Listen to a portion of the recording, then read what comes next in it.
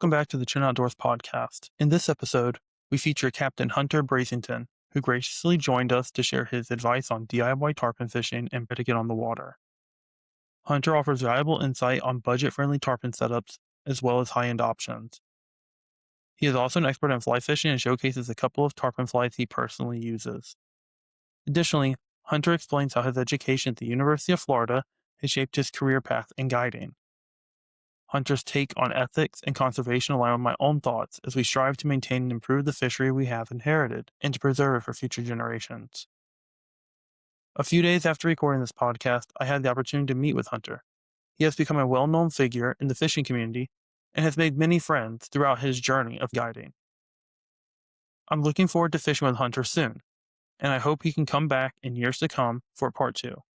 As always, I hope you all gain as much from this episode as I did.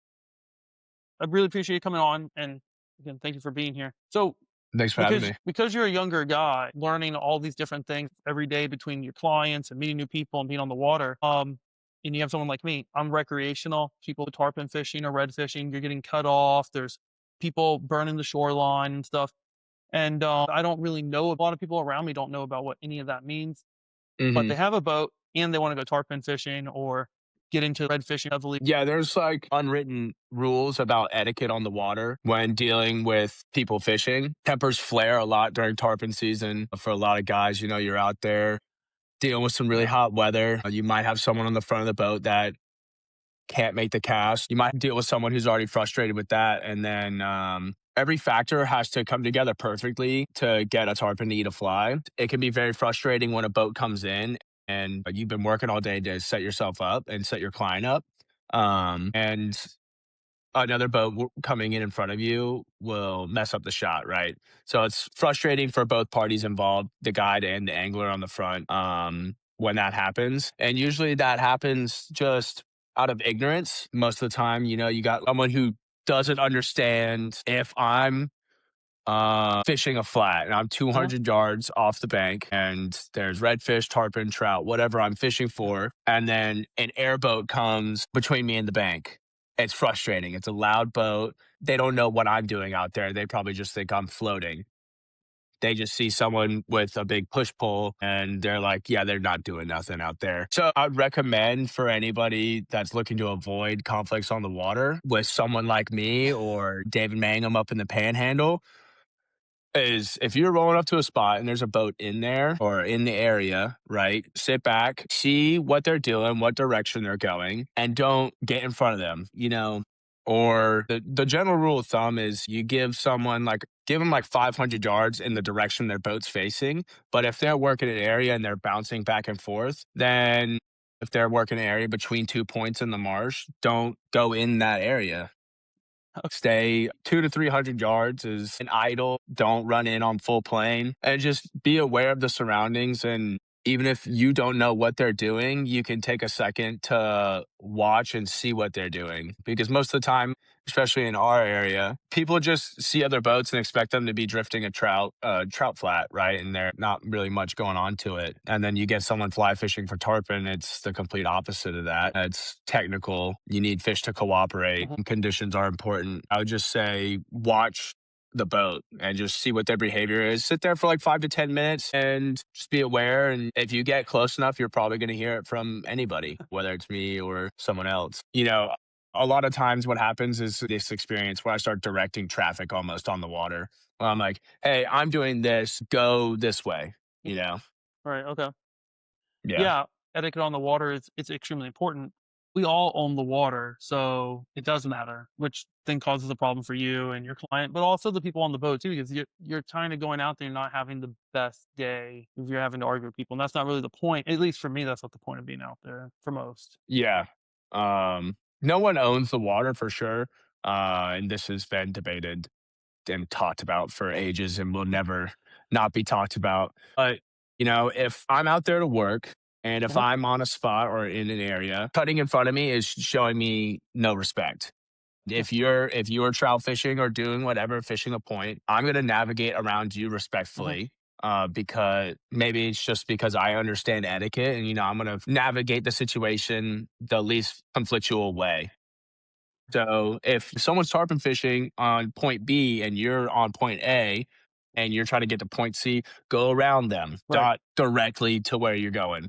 And that's the most frustrating thing for tarpon fishermen, whether they're in the Keys, in Uh-huh. the Panhandle, our area on the Nature Coast, is that tarpon fishing is not around an oyster bar in the back of a creek. So you're fishing around a lot of boat traffic.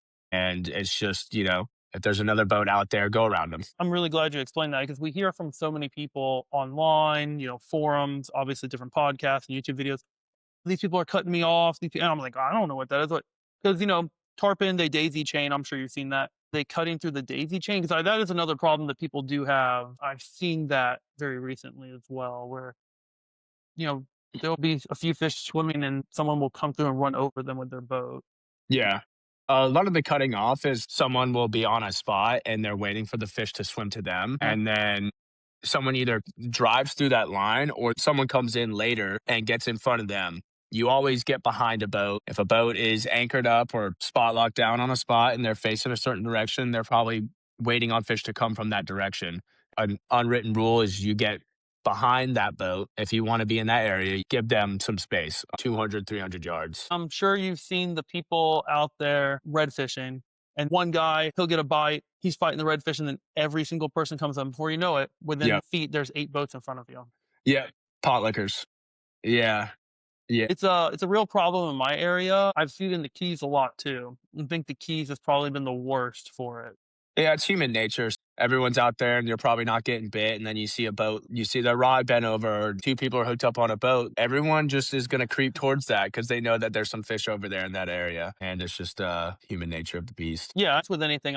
Growing up, I did some stone crabbing with my friend's family, and if they see you pulling up a whole pot of stone crabs, they'll just drop their pot there too. And Yeah. commercial fishing people don't really like that. I found out at a young age. No, they do not. I'm glad you explained that. I got ahead of myself here, and I should ask you introduce yourself. Uh, so my name is Hunter Brasington. I'm a full-time fishing guide on the Nature Coast, west coast of Florida. Back in 2025, I graduated from UF with an advertising degree, born and raised here in Gainesville, and have been fishing the area since I can remember. Wow. All right. So, what got you into fishing? It's always been a family activity of ours. My dad grew up fishing and we had a little John boat and we'd take it out and we do everything from fishing to just looking at area, just like putzing around springs, looking at stuff and Yeah. a lot of photography trips as well. My dad was heavily invested into photography back in the day. And so, we would set up next to like a spoonbill rookery for the sunrise when the lighting was really good. And he'd be taking photos and I'd be casting off the back of the boat trying to catch a redfish. I looked forward to it every weekend and it just kind of naturally developed into checking boxes off of lists and seeking new challenges. And fly fishing was the biggest challenge out there. So I went headfirst into that around the age of 14. Wow. Okay. So, were you competing professionally? 'Cause, like you've won a few tournaments. So the fly fishing and the tournament thing are separate. I was not competing. I've done a couple fly fishing tournaments. I don't do any casting competitions. I'm not that good. But yeah, the redfish tournaments are something that I got into around 2020 Okay. and have had some success and had a lot of failure. Yeah. I mean, well, that's what it's all about, right? And especially with fly fishing, it's really if you enjoy the hunting aspect, in my hmm opinion. It's the same thing as going duck hunting or deer hunting. You have to look for them, you have to find them, and then it's all about the accuracy and presentation. There's a lot of correlations. That is fishing at the end of the day, Mhm. whether you're using a fly rod or you're floating a mullet into an area where Yeah. there's some fish stacking up. It's all getting connected with nature in a way. And fly fishing, I think, is probably the deepest form of connection that you can have with a fish, especially if you tie your own flies. So it's a very special thing. Do you tie your own flies? Yes, Do for you sure. have a set? Do you have like one or two flies that you mind sharing? I know a lot of people are very secretive. It doesn't have to be for tarpon. It can be for whatever. The gurgler's always good. I don't have Okay. any. No, we'll take a walk. All right.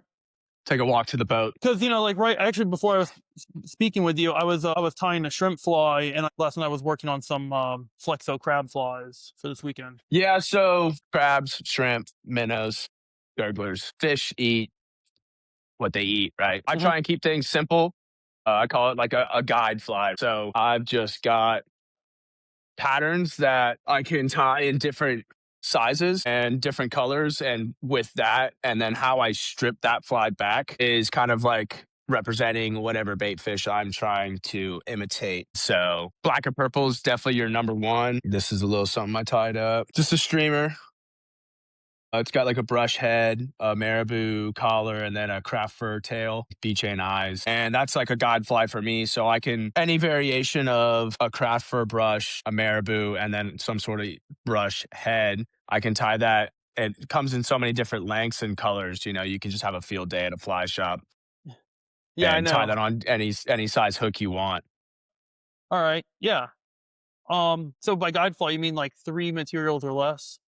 Yeah, just keep it stupid simple. It's what you need to do. Don't get all fancy. You know, there's a lot of flies out there that are super fancy, and Yeah. sometimes that maybe if you're permit fishing, but as someone who's on the water almost every day, I don't want to be sitting at my desk for 2 hours to tie 3 flies. I want to get 20 flies done as Mhm. soon as possible and just fill up the box and stuff that I know is going to work. And there's so many different recipes out there, but streamers are really good. Some form of like a bunny tail with a collar and then a brush head Mhm. is really a go-to that you can size up or size down, go any color. And I think you can go anywhere in the world and catch fish with that, whether they're redfish, trout, tarpon, probably not a permit, but just about anything else, snook, you can get away with it. Do you ever catch in permit? No, no, we're a little there. We have an offshore permit fishery on reefs very far offshore, Yeah. but they don't come inshore. And I went 30 miles out the other day hoping to run into one, but I did not. Yeah, I saw that video. Well, I guess it's a story on Instagram. That water was glass clear. Yeah, I felt like I was in the Bahamas and I had to take that opportunity. I was about 10 miles out. I looked behind me and I could barely see any little speck of land. And I go, oh boy, because I get seasick and I don't go offshore. So I was pushing my own boundaries that day and I'm glad I did. Do you run a skiff? I do. Okay. Yeah, it's called a Chittum Isla. Oh, wow, a Chittum. Okay, I've not met someone who actually has a Chittum yet. A lot of Hell's Bays. Yeah. So I just came from an '03 side console Hells Bay, and then I've had this boat for about 2 months now. Wow, nice. Congratulations. Those are very nice boats. Yeah, yeah, I'm loving it. It's super dry, comfortable, fast, very fuel efficient, and beautiful. Actually, question on that. When most guys I've spoken to, not on the podcast, obviously, is it true that a lot of fly fishermen, when they book a trip with you, they're very interested in the kind of boat that you have to fish off of? Definitely, Yeah. it's fly fishermen like nice things. Hmm. And Yeah. so if you've got a nice boat, if I go fishing with somebody, I would like to be in the nicest boat that I could possibly be in. But also, it's not the selling point for me. Hmm. Um, I think for a lot of my customers, you know, these are older, wealthier guys that are, you know, like lawyers from Atlanta, Yeah. businessmen from New York, and they expect to come down and they're spending $1,000 a day to come tarpon fish. They don't want to be in a beat up boat that's going to beat them up. They want to be in something that looks good, rides good, performs well. You know, there's a high expectation out there on the saltwater. There's a standard for sure. I would definitely say that there's a little bit of like, that guy's got that boat. I'm going to go with him. But that's not every client. I just want some guy that wants to come fish with me because he thinks I can put him on fish Hmm. because I am going to try my best to. Not every day we get on fish, but some days we do. Yeah. I recently learned that when I went fishing with a guide, he had a Maverick, and he's like, "Yeah, if you want to be busy a lot, you got to have a good boat. You got to invest in yourself." Oh, for sure. Yeah, it's your office space, Yeah. leading up to that, I ran the Hells Bay Guide for 10 years. And when debating the purchase of the new boat, it was kind of like, I'm fully invested in this program that I've got going Hmm. on with my guiding. And if I were to be spending my money somewhere, let's say at a restaurant, and looked Yeah. a little rough, I'd be like, why am I spending $1,000 here? Hmm. That might be a bad example because, I love a good hole in the wall at maybe a bar or a pizza joint. But Yeah. there's definitely a mental thing when someone steps on the boat. In my last boat, people would be like, damn, this thing's kind of beat up. Yeah, it's, part of the job. Yeah, and I do understand that as far from a client perspective, my wife doesn't like to go fishing with me that often. I don't Hmm. own a boat, but we've gone out on friends' boats, and they all own. old Carolina skiffs. And it's no secret to most people that know me, I don't like Carolina skiffs. Yeah. That's just for me, right? That's just me. If you have Fiberglass one, you like it, bathtub. that's great. I've always got beat up really bad on a Carolina skiff. Mhm. Go on that Maverick, and she's like, "This is a really nice boat," and I was like, "Yeah, Yeah. yeah." I was like, Yeah. "Let's calm down for a minute here." But you're a young guy, and we live in this age of social media. And for the audience, they don't know. I found you through social media because University of Florida had you trending on their LinkedIn forever from your graduation photos. How do you find that you're merging social media with your fishing and your guiding to be successful? Do you see that there's a separation of the two, or does it actually help you a lot? Social media is a funny thing with the fishing. I have found that social media is a place for me to connect with people I've met and Mhm. then meet a new client or someone that knows me through life, whatever. It's a family friend, family friend, friends from school, anybody. I try and connect with everybody and get them to follow me on Mhm. Instagram. And it's a good way, if someone comes fishing with me, be like, hey, follow me on Instagram. And then they can keep up with me and then, keep a conversation going from there. It's really hard to get a consumer, especially someone who fly fishes, to purchase through social media. Word of mouth is definitely king. Having real testimonials, having someone recommend someone to you will always outsell social media. But it's funny, my social media has always been about fishing just because that's my life and what I care about. But just recently, I've got my first clients off of social media from someone reaching out to me on social and being like, Mhm. "Hey, I want to book a trip with you." And so it was when I first got into it, you get a certain amount of following, you get a certain amount of likes. Like you probably got people reaching out to you all the time. That's just not the reality of the game. Mhm. People are interested and you might put out really good content, but it might not sell. And so there's some sort of magic thing with social media and Yeah. Instagram specifically where you meet a bunch of new people through it, but you might not ever sell one product. I know from my own work in this that there's a lot of psychology behind it, there's a lot of science behind it, a lot of timing, and Hmm. there's a part that you can't control, which is just luck. Yeah. Yeah. That comes down to fishing, life. Luck is such a big part of every day, but we are lucky to get to go fish. Yeah. For me, I only have like 100 followers, and a quarter of those might be bots. I'm not sure. But for anybody who follows me, I'm glad for it. But, I'm just kind of doing this for fun, and, we're learning, we're meeting people. There's that aspect. But there is a lot of people who they don't like social media within the fishing, hunting, the outdoor community in general, Hmm. because people are blowing up spots. Yeah. And then you have people trying to like Google Earth your spot based on where that leaf is. Hmm. I posted a video catching a trout. And somebody's like, "Oh, where did you get that?" And just call the local fly shop. They'll tell you exactly where. It's no secret.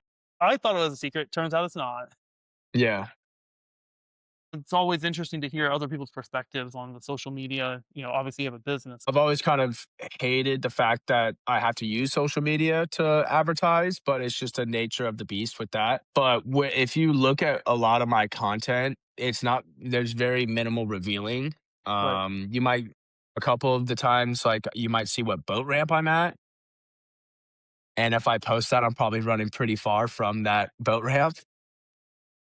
I'm not a stranger to running 50 miles one way on a regular trip. And so most of the time, you're going to get very little to work with from my backgrounds. I've always tried to do that. And I've got some really cool content that shows certain identifiable objects in the background that I'll just never post because I don't ever want that on my mind. That my ego or my greed to make money or get likes on Instagram, sell a trip, ruined one of my spots. Yeah, yeah, I feel the same way. It's hard because we do an outdoor content channel, and I don't post that much outdoor content. Hmm. A lot of times, I don't even take my phone with me. So then people say, "Oh, well, you don't catch fish." I'll post it, and that's because again, having a paddleboard and wade fishing, you're gonna find very easily where I'm at. I mean, we can do different photo magic, but it's really difficult to hide where I fish. Yeah. Yeah. A habit of mine that I've kind of developed is that I'm not trying to get my clients through Instagram. And so if I have content, the people that I've met that are willing to book trips or maybe that I know that are on the fence about it, I can reach Mhm. out to them and send them that stuff and be like, hey, check out what happened 2 days ago. Like a week ago from today was one of the best tarpon days of my life. And there's a lot of stuff in there that I don't really want to post. And so I sent it to the people that are either clients of mine already, or, if I go to the gym, I show people, I know they have no idea what's going on, right? Yeah. They're not going to be like, I know that tree, I know that landmark. And so trying to get clients, using that content, but in a different way, not having to post it, Yeah. just showing it to legit people. Again, it's the client aspect. I have had guides where they're seeing tailing reds and there'll be 50 tails in the water, it looks like. And they'll send me a video. Hey, if you got time, we're open this week. Here's some videos of what we're seeing or different Yeah. things like that. Obviously, I'm not that kind of person to go out there and like that's their spot. They make a living off of that and they're There's definitely friends. a group of people that in every area that every guide knows that is fishing based off of what they're seeing from the guides. Whether you're in the Mosquito Lagoon tailing redfish, what you're Hmm. talking about, everything I see from there. I'm not from there. I've been there a couple times, but I can be like, oh, I know. Yeah. I Yeah. Yeah. can I can go to one guy's Instagram and then have an idea of what I need to be doing if I'm going there the next day. And similar to the Keys, And so if you're putting that content out there, you're gonna have to be willing to fight with the crowd that's coming in. And luckily for me, also my area is super rocky. I call it FAFO. You'll around and find out. Have, Trying to run around here. have you ever fished a I grew up fishing. My grandma used to live on Crystal River, and I'd get dropped off with the boat, and on Friday after school, and then Sunday afternoon would get picked back up. so I'm sure you've seen some of the chaos that ensues. Yeah. Yeah, a lot of people come out there with some really nice boats, and people say, "Oh, do you know what you're doing? You don't look like you're from here. You don't have an out-of-state plate. We're experienced." Hmm. Doesn't pan out well for those people. No. No. Never. It's always interesting to see though. I've seen a few people stuck out there for several hours. Yeah. Yeah, I get a Um, good laugh out of that. yeah, yeah. I started writing articles. I'm a chemist, right? So I'm in the lowest tax bracket of tarpon fishermen that you can find, right? Like my whole thing about writing is the budget aspect, people getting into it. If you had to say, what is the most budget aspect fly setup for tarpon that you can do? Budget friendly, anything used. Micro skiff, Facebook Marketplace, and then just buy something that would be really expensive that maybe, guides are going through stuff every year. Up until I got a deal with the rods I wanted to be using, Hardy, all my rods were bought used. Fly shops every couple of years have to get rid of their old stock for the Uh, new rods to come in, and you're going to be able to get a brand new Sage or whatever for between 40 and 60% off. And that's how I had 8 through 12 weights that were all built like that. And then go and every now and then you follow the right people on social media. Every year to 3 years, yeah, someone yeah, like myself is going to post their, Nautilus on Instagram, and it's going to be blemished cosmetically, but probably still fishes well, and they're just yeah, getting an upgrade. So I'd say, yeah, just anything you can find online that seems like a good deal, because everyone knows what the retail price is of everything in the industry. Keyboards $800 to $900. NRX is $1,200 or mhm, however much it is, right? yeah. So if you see an NRX for $600, go buy it. Yeah, okay. Yeah, I mean, Yeah. I buy all my stuff off marketplace for the most part, sometimes some other various websites, if there's a Hmm. really great deal. Well, okay, so then let me ask you this, spin fishing for Hmm. redfish, snook, black drum, what would your most expensive setup be for spin fishing and your most budget setup? Ooh. Um, yeah, so Shimano or Daiwa are the Mhm, best. I'd say if you want to go for the best, your best reel for the money is a twin power. It's about a $500 reel, half the price. It's almost half the price of a Stella, but you basically get all the same qualities out of it, unless, especially for inshore stuff. Now, if you're going throwing big poppers at like bluefin tuna in the Northeast or whatever tuna that is, like you need a Stella. But I would say a twin power. That's my favorite reel that I run. So twin power SW, that's a saltwater version, and then some Shimano rod. Terramars are really good. I use a lot of G Loomis. I would say my favorite line is the G Loomis GLX mhm, series. That's a $400 rod. That with like a twin power or a Vanford. If you want to, Yeah. I think the Vanford's really good, but it is, $250. If you're not looking to spend that much, just that $100 entry price point for Shimano or G Loomis, good. Uh, the GLF inshore and like a Noski, you're gonna have just as much fun and be just as satisfied with it. It really depends on, you know, how much use are you putting onto these things? If you're fishing once every Saturday, you can get away with a GCX, G Loomis, and a Stratic. But for me, I'm fishing 5 days a week and I've got to put these things into someone else's hands and have trust in them. I'm going to put a twin power in your hand. Okay. Yeah, that makes sense. Hmm. I spend a little more in the fly category. And everything fly fishing is more expensive, anyways. Entry price point for a fly reel is 400 or 500, or probably $300. Entry price point for a spin reel is $50 to $100. Yeah. Outside of the stuff that was given to me, my first thing that I bought was that Lamson Centerfire 8 weight. Hmm. It's made in the USA. It's pretty solid. I don't know if I'd put it up against a T-bore, but for a recreational guy, it's pretty good. The areas that you fish, is there any like, awareness you want to bring to those areas? In the sense of like, is there things that you would like to see happen? Better fish management, laws put in place, or just things that you would like to bring awareness to that because there's a lot of groups that exist that I don't even know about, and maybe people are interested in that. If you have any opinion. As far as first awareness for my area, I think that the seagrass needs to be protected more. In areas like Crystal River, mud Yeah, motors have largely destroyed a majority of the grass flats that I grew up yeah, fishing. They've been completely ruined. The Big Bend Seagrass Aquatic Preserve is the second largest area of seagrass in the world, and we need to protect that because it's an estuary. It's the building block for why we have such an epic fishery up here for so many different species. And so I think areas need to be pole and troll zones only, like inside the mangroves of what's happened down there is just really sad to see. Any species that I think needs to be protected more or along those lines, I think sea trout shouldn't be five per person every day of the year. I yeah. think sometimes of the year we should drop that down to like three per person. Not one person's going to eat five trout fillet or what is that, 10 trout fillets a night. Mhm. You're not going to do that. The sea trout doesn't really get much respect. I hear a lot of people talking about gag grouper opening that up Yeah. longer than 2 weeks, probably open that up to like a month. And one of the biggest ones is really not my area, but on the East Coast, red snapper opening that up more than what it's like a day or two. Oh, That's pretty yeah, silly. man. I've seen so many videos on social media, and I'm sure you've heard other podcasts talk about it. The craziness that ensues. Oh, it's wild. You got hundreds of boats going out and they go out, get their fish, and then bring them back in. And there's no way to know this. So then they just go back out. Like FWC doesn't know if they went out that morning or not.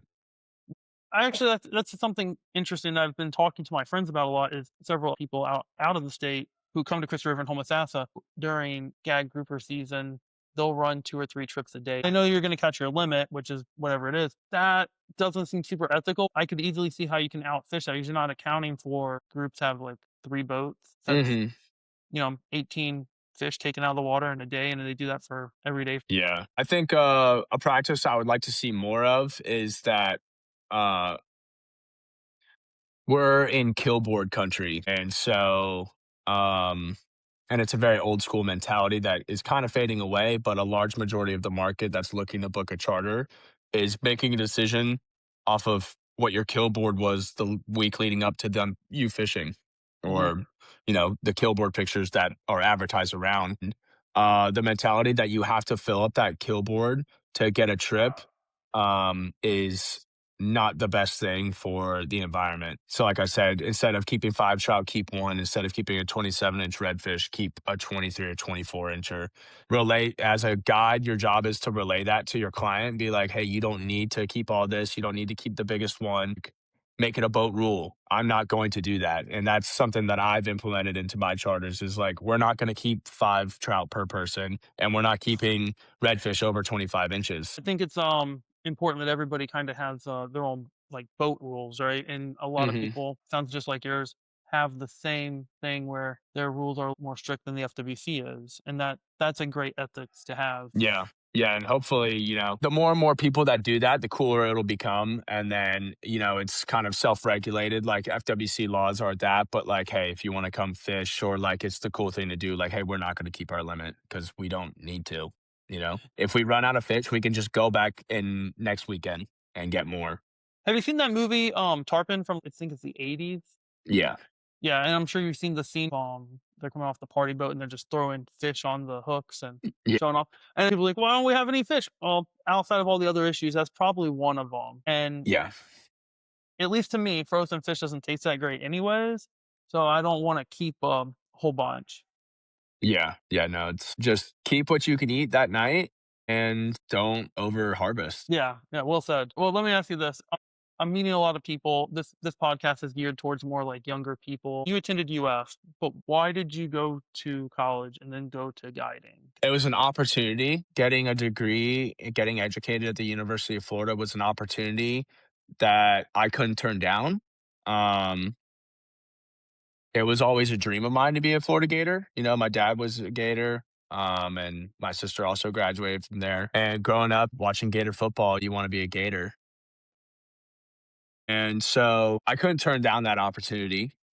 And then also having a degree is a good backup plan for being a guide if things weren't able to work out for me, whether something happens with the fisheries and we have a complete depletion of the ocean, or I get hurt. There's a lot of factors of guiding that are really good. It's my dream job. It makes me really happy. I meet really cool people, but there's no health insurance. There's no guaranteed. People don't need to go fishing. There's just a select group of people that have the money to pay to go fishing when they want with a guide. And so if it didn't work out, I needed a fail safe kind of deal, an insurance plan for myself. And while I was there, I learned a lot of good things about how I can advertise my business and Mhm. advertise myself and got to learn stuff. And the day that you stop learning anything, whether it's about fishing or just life, that's the day you're going to start dying. As I say a lot on this podcast, I totally get that. UF pushes their students no matter what program you're in they hold you to a certain standard. My wife also graduated from there.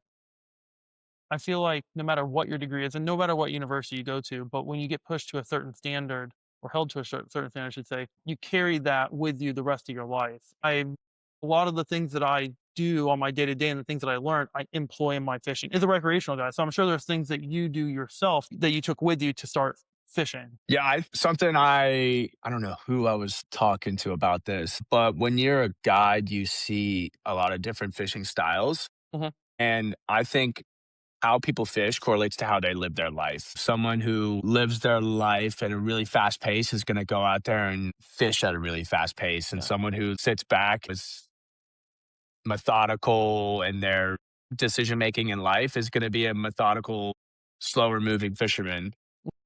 Not that one is better. If you catch fish, you're catching fish, and so you're doing fishing right, and you can get to the same end point both ways. But it's interesting to see people.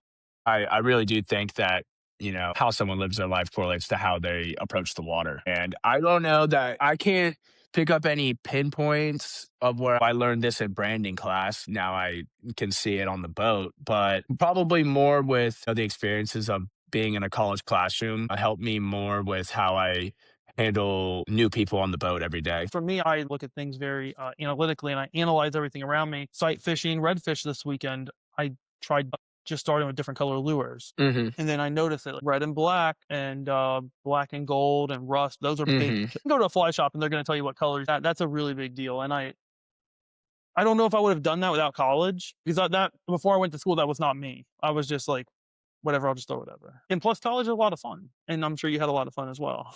I had too much fun. Way too Yeah. much fun. Yeah, I can say for the same for myself. I had a lot of fun myself and probably too much. So let me start with this. Have you ever had a client who they're going with you and then you see them? Since in some areas, guides will not take you if you're local. Yeah, I understand that. Yeah, I'm sure. Is that a thing for yourself? Or, So my number one client, a guy that I fish with almost on a weekly basis, sometimes more, sometimes less, but we average to like 50 plus trips. We're probably 45 trips a year. He's a local guy, but I met his son at college and we talked about fishing trips for years. He talked about coming to fish with me. We would see each other at a bar and we'd be sitting there in the booth at Salty Dog Saloon talking about going fishing. And I'm sure you know about the Salty Dog Saloon. Yeah. And so for 3 years, everyone around me, anybody who knew me was like, "Oh, what's up, Captain? Let me come fish with you. I'll buy a case of beer and Mhm. I'll buy the bait." What a slap in the face, dude. But, I just had to smile and wave.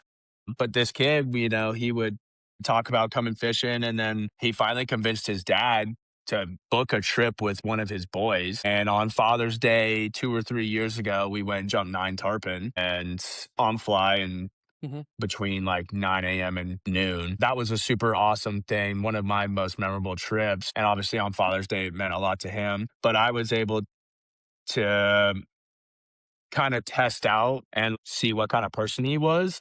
And knowing the son, I knew that his dad was going to be cool and they're good people. So I knew that he wasn't just going to go in the next day and go back to where I took him. Like that's what you got to worry about with locals. And it's just picking up on, you know, what people's intentions are. And so I do stray away from trying to take locals. If like someone were to ask me, "Hey, I'm from Gainesville, I'm looking to fish with you in this area," I'm gonna be like, "Do you have a boat? How often are you fishing?" kind of thing. Like, are you just trying to learn spots so you have places to go to? Or are you just in the area and want to go fishing? Yeah. Yeah, and the reason I asked that is, that was something that kinda popped up on Facebook a couple weeks ago. A guy was marking spots with his guide on his phone, Uh and, huh. like, something similar to that. I don't know remember the whole thing, and he got caught, and it was a whole mess.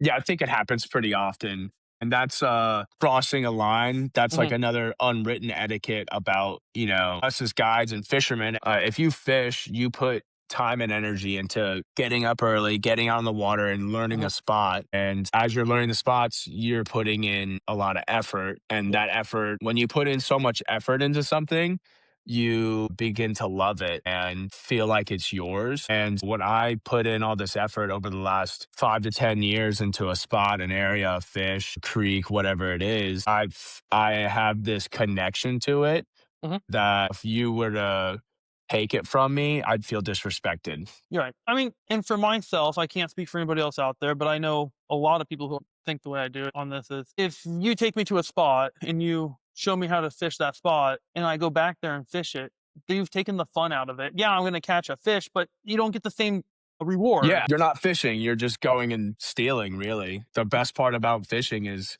pulling up into somewhere you've never been. Someone said it on a mill house. It was like the moment of discovery is the best part about being outdoors, whether you're Yeah, fishing or hunting. Yeah, if you just show someone where it's at, that's taking away the whole point of fishing. I want to go out there and be like, I wonder if they're in this area. right. When I go on my trip tomorrow, if it's going to be spent looking in new areas. And if they're there, it's going to be electric. And that's what I like about going with a guide though, is they speed up the process in learning. For instance, if for fly, how to cast, right? How to be a better caster, Yeah. or how to read the water, or what the fish would eat, or reading the tide. I mean, every guide you go to has something different to teach, or every time you go with the same guide, they always are going to teach you something, and you can apply that to other spots. Because, like, you could probably go to Chuckalusky or the Keys or Charleston and catch fish within an hour or so because you understand what you're looking for. Yeah. Yeah. I mean, I like to think that I go to the Keys and go catch a tarpon. When you spend all of your time on the water, you learn things. And that's really what people are paying for when they come to fish with a guide is that expediting that process. Most people don't have the ability to be on the water every day. And so they realize that they don't have that experience. But if you can bestow some knowledge upon them about what you've learned over dedicating your life to the sport, there's the value in that. And most of the time, someone's coming fishing with me, we're gonna go catch fish, but that's not the goal. The goal isn't to catch fish, it's to learn about each other, grow together, learn about the area, become friends, and then along the way, we'll catch fish. Because when you're a client and a guide, you're building a relationship together, right? You're building a Mhm. friendship. Yeah. We're talking about with building the relationship. I'm fresh out of grad school and I want to go tarpon Congrats. fishing. So I'll give an example. I was in the Keys looking to go tarpon fishing. December, trying to book a trip for now because I don't have that guide relationship with someone. I haven't built that friendship. Guides are reluctant to take you. They have their clients. As a guide yourself, how would you go about navigating the process of finding a guide? I'm sure you have clients you fish for 3 or 4 years now, or even longer for tarpon. You're Mhm. not going to give up the ones who pay your bills for, a guy like me who's going to come one time, one day of the year, and maybe if I can afford it next year. So how would you go about like building For that a relationship? potential client, that someone like you, if you're looking to go fish with anybody, go fish with a guide, the further out in advance you do it, the better. Now, and that's for if you're going with like really well established guys, the guys that you really want to be with, the David Manghams, Will Bensons, guys of that caliber have been doing it for 20, 30, 40 years. And so they've obviously built up that. So you need to reach out to them, be like, hey, I'm looking to go this time next year. Can you give me a day? And just being real about it, try not to hide anything. I would say just reaching out to people. I've fished with guides and it was never like, if someone turns you down, they should give you a referral to someone else that is Mhm. probably open. And then through local fly shops, if you're looking Yeah. to fish the Keys, go to Florida Keys Outfitter, give Florida Keys Outfitters a call, and they're going to hook you up with somebody, whether or not, if you go down right now and peak tarpon fishing in the Florida Keys, and you're looking to go on Friday, you could probably go into the fly shop and they'll find someone for you. And, Compound Fly Shop in Sarasota's who I like. I want to apologize for the abrupt ending. During the recording, we experienced some technical difficulties, and unfortunately, the last 15 minutes were lost. My final two questions for Hunter were: how do you define success, and what is something you can teach? And I hope to get his response on record if he's willing. Although I can say that we had a remarkable and impactful discussion. I attempted to salvage the audio, but it is unfortunately unrecoverable. I would, however, like to leave you with this. How do you define success? And what is something impactful that you could teach someone?